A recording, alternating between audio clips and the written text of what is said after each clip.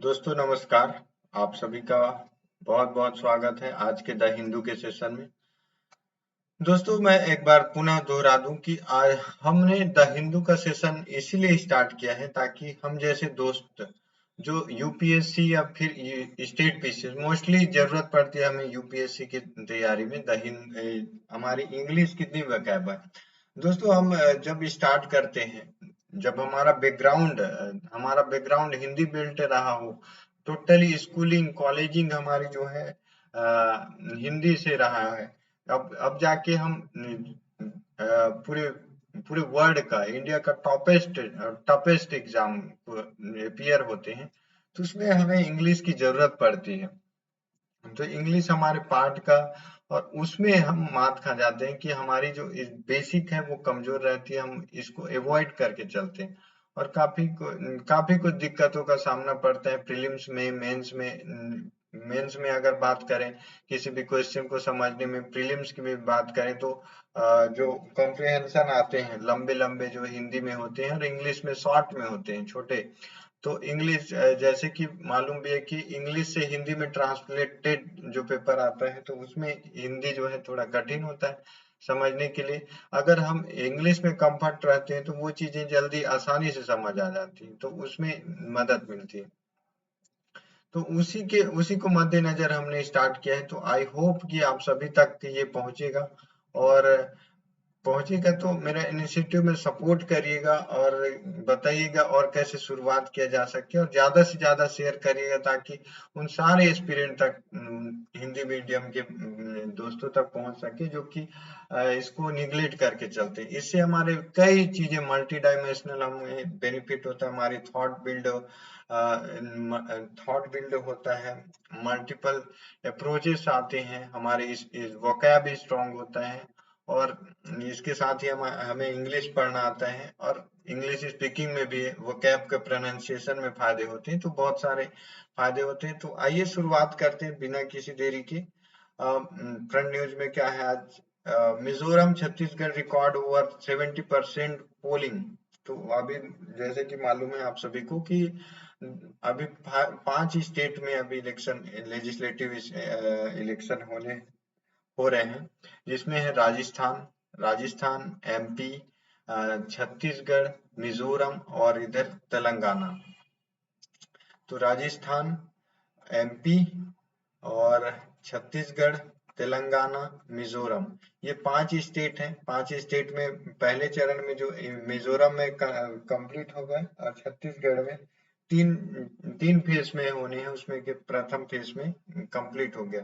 कुछ क्रिटिसाइज के साथ कुछ kick kick-starting crucial state polling perceived to be semi-final before in 2024 Lok Sabha election voting look place in all 40 assembly seats in Mizoram and in the first phase of polling in Chhattisgarh, which has marred by sporadic violence. On Tuesday, Chhattisgarh Chief Minister Bhupesh Baghel said that some Central Reserve Police Force personnel had threatened voters against exercising their franchises.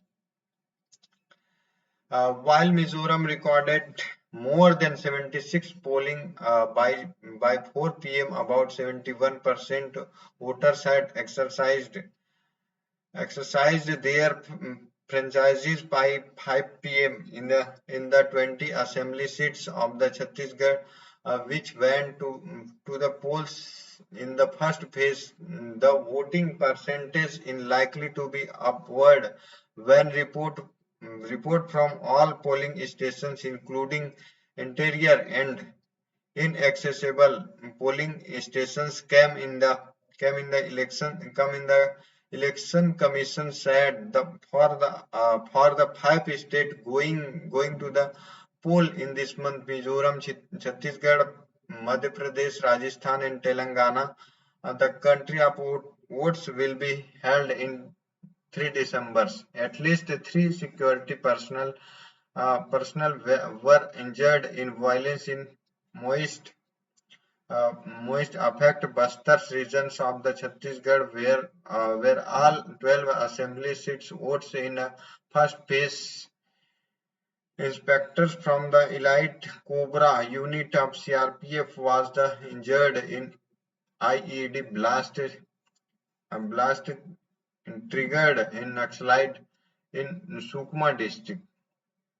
तो कहा गया है कि कुछ दिक्कतें आई, जैसे कि छत्तीसगढ़ के सुकमा डिस्ट्रिक्ट, दंतेवाड़ा, बीजापुर, नारायणपुर ऐसे डिस्ट्रिक्ट हैं जहां पे नक्सलाइट रहते हैं। उन्होंने उनकी धमकी भी मिली थी और उन्होंने उस धमकी के अनुरूप किया भी वो एक्टिविटीज, लेकिन फिर भी इसके बावजूद जो है इलेक्शन कराए गए शांतिपूर्वक। इसमें 70 से 71-75% वोटर्स ने अपना भरपूर मतदान दिया और उसमें इन्वॉल्व हुए। तो इलेक्शंस में जो चुनौती है उनको फेस किया गया सिक्योरिटी गार्ड के साथ। ये छत्तीसगढ़ और मिजोरम में पोलिंग हुए, जो मिजोरम में 40 सीट के लिए कंप्लीट हो गए, जबकि छत्तीसगढ़ में 90 सीट में से 20 सीटों के लिए प्रथम फेज में चुनाव कराए गए। तो ये था इलेक्शंस के बारे में। और इसमें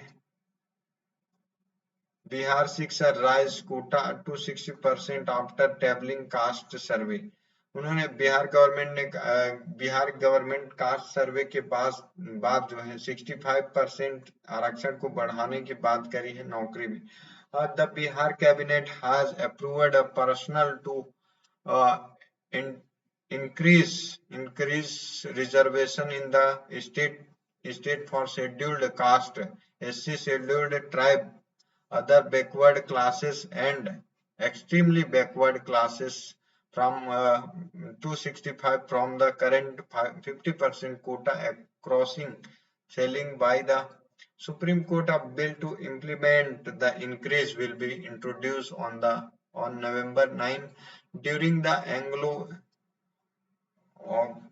ongoing winter session of the Assembly. Bihar Chief Minister Nitish Kumar proposed the increase hours after the caste survey report was tabled in the Assembly. He proposed that the SC who made up 19.7% of the populations according to the survey should get quota of 20% higher than the current 60% ST who have 1.7% share as population should see their reservation double from 1% to 2%, he said. तो अब जो है reservation के बारे में कहा, जो backward class है, जो इकोनॉमिक के रूप से बैकवर्ड क्लास है, ओबीसी है, उनको रिजर्वेशन देने की बात अभी गवर्नमेंट के द्वारा, बिहार गवर्नमेंट के द्वारा इंट्रोड्यूस किया गया है। अभी कल उसमें पेश किया जाने वाला बिल है, ये अभी आने वाला है। तो ये था front news.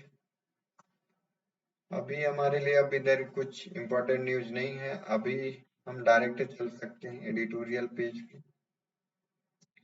The problems with the 70 hours a week line। तो जो NR नारायण मूर्ति के द्वारा कहा गया था कि अगर देश को ग्रोथ करना है तो यहाँ की युवा को एक वीक में लगभग 70 घंटे काम करने होंगे, ऐसा स्टेटमेंट इंफोसिस के चेयरमैन के द्वारा, जो कि NR नारायण मूर्ति है, उन्होंने कहा था। तो ये आर्टिकल उन्हीं के स्पीच के ऊपर है कि एक हमारे देश की युवा को 70 घंटे काम करने की कैसे जरूरत है, उस 70 घंटे में क्या बाधाएं, क्या थ्रेटेंट है, क्या संकट है, ये आर्टिकल उन्हीं पर है।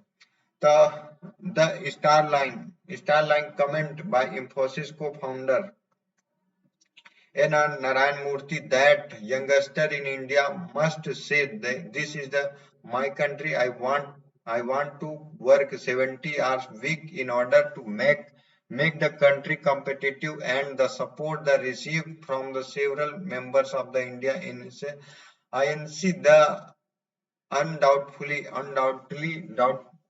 an example of how captain of industry can atrocity hide the lust of the profit by pitching virtue more importantly in the argument that fails the end of the litmus test of the three counts.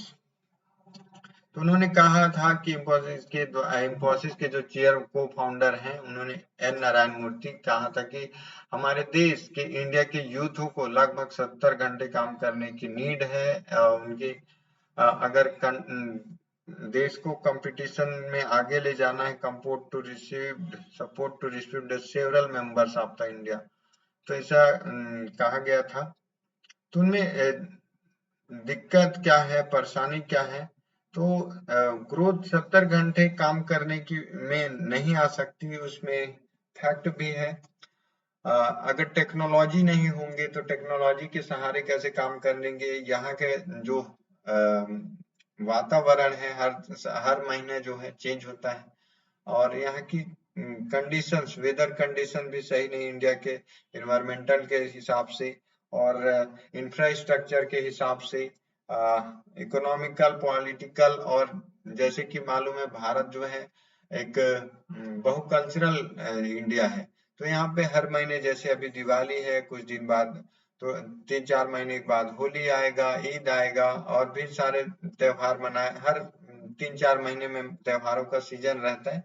तो ऐसे में यहाँ की youth उससे थोड़ा सा disturb होते हैं, और भी जो यहाँ के ग्रीष्मकालीन मौसम वो टिपिकल क्रिटिकल रहते हैं। तो ऐसे में वर्किंग आवर्स जो है कम हो जाती है, और कई भी कंट्रीज ऐसे हैं जहाँ पे वर्किंग जो है टोटली वर्किंग आवर्स से है वो कम है। जैसे अगर बात करें country to more, Mr. Narayana Murthy argument advanced country have witnessed a continuous decline the working hours per working during the past 150 years. In Germany, weekly working hours have reduced by about 50% from 68 hours in 1870 to less than 28 hours in 2017. तो उन्होंने Germany का उदाहरण देके बताया है कि अब उन पर उनके लेख पर एक आर्गुमेंट लिखते हुए कवि ने कहा, जो लेखक है, ऑथर है, उन्होंने कहा कि जर्मनी में लगभग 68% को घटाकर 59% और 1817 से 2017 तक उसको 28 घंटे में बदल दिया गया है कि आप नॉर्मली 28 घंटे एक वीक में कर सकते हैं। ऐसा जापान में भी कहा गया, Japan had 44 hours working in week in 1961, the highest ever since 1950। Japan में जो 44 घंटे की काम होती है, जो कि 1950 में सबसे हाईएस्ट था, which strictly decreased to less than 35% in 2017. Working hours tend to decrease when income rise and people can afford more things and they enjoy, including more leisure. In fact, the more productive economics workers work less, while in the less productive proper economics workers have to work more compensate the lower productivity. कहा गया है कि जैसे जैसे income बढ़ती है तो उनके काम करने के आवर्स में घटती है, जैसे इनकम हाई होती है तो काम करने का जो आवर्स है वो कम हो जाता है। In context of ILO has reminded us working time and working life balance around the world, that working hours and the organization and work and rest period can have a profound influence on the physical and mental health and well-being workers, and that decision are working time issue can also have repercussions for the broader health of the economy in a country India which consider in large young. तो कहा गया है कि काम करने के hours और rest करने के आवर्स में संतुलन होने की जरूरत है। इससे जो ILO का रिपोर्ट कहता है कि आपको काम करने के आवर्स और अपनी रेस्ट के आवर्स में एक मेंटेन बनाने की जरूरत है, ताकि आप लॉन्ग टाइम हेल्दी रह सकें और आपके मेंटली स्ट्रांग हो सके। इस आर्टिकल WHO का भी सुझाव है कि आप 8 से 10 घंटे ही काम करें एक दिन में, या फिर 6 से 8 घंटा, बाकी टाइम अपने बॉडी को रेस्ट करने को दें। The importance of the ILS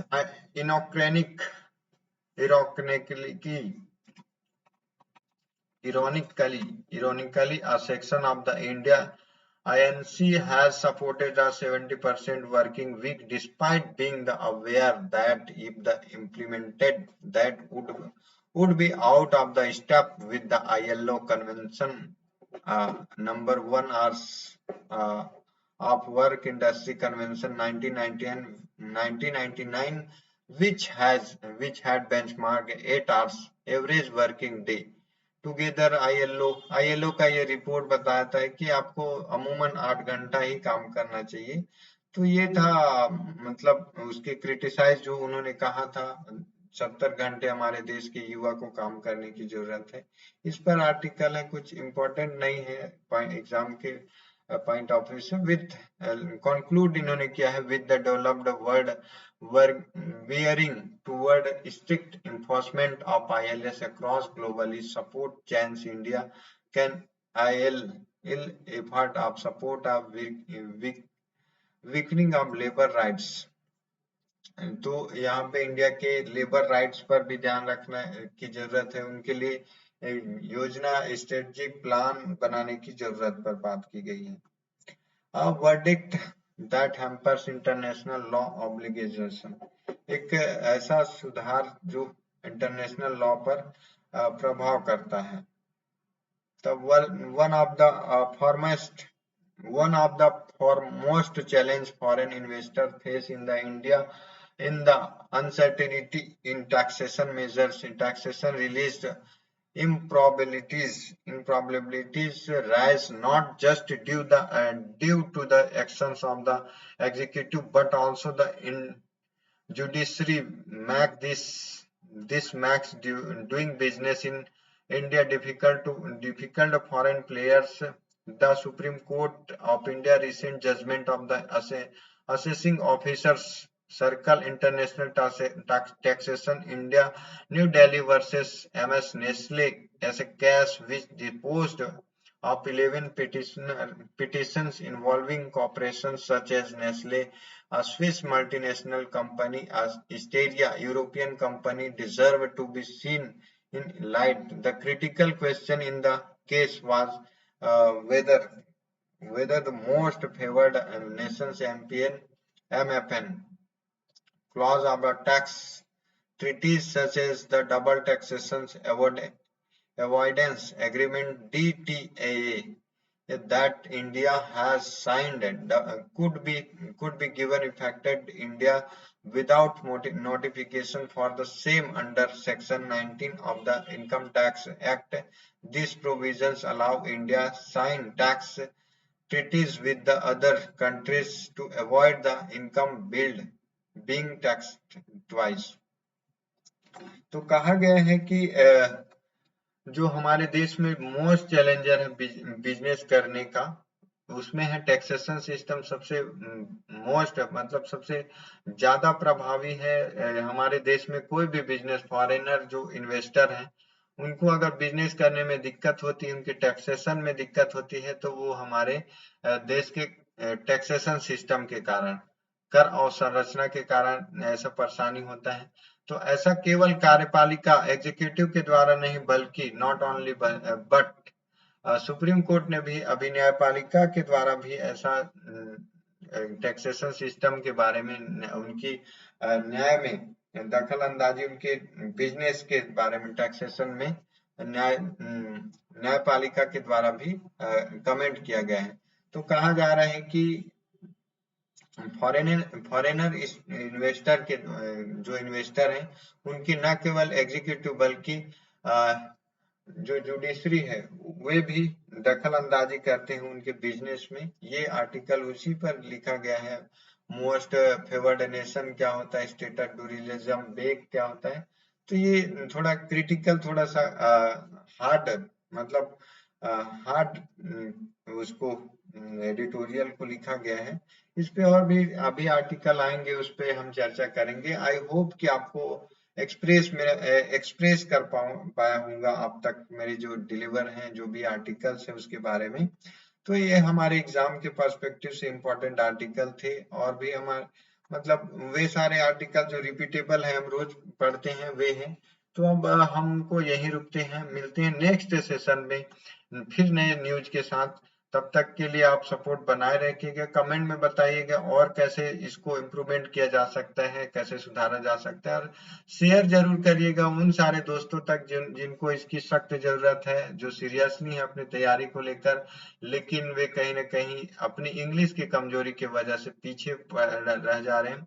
उन सब तक जरूर शेयर करें। और सभी से रिक्वेस्ट है कि अपनी डेली रूटीन में इंग्लिश द न्यूज़पेपर, और साथ ही साथ अगर आप इंग्लिश हिंदी बेल्ट से हैं तो दैनिक जागरण और द हिंदू को अपने रीडिंग का शेड्यूल ऑफ पार्ट बनाएं।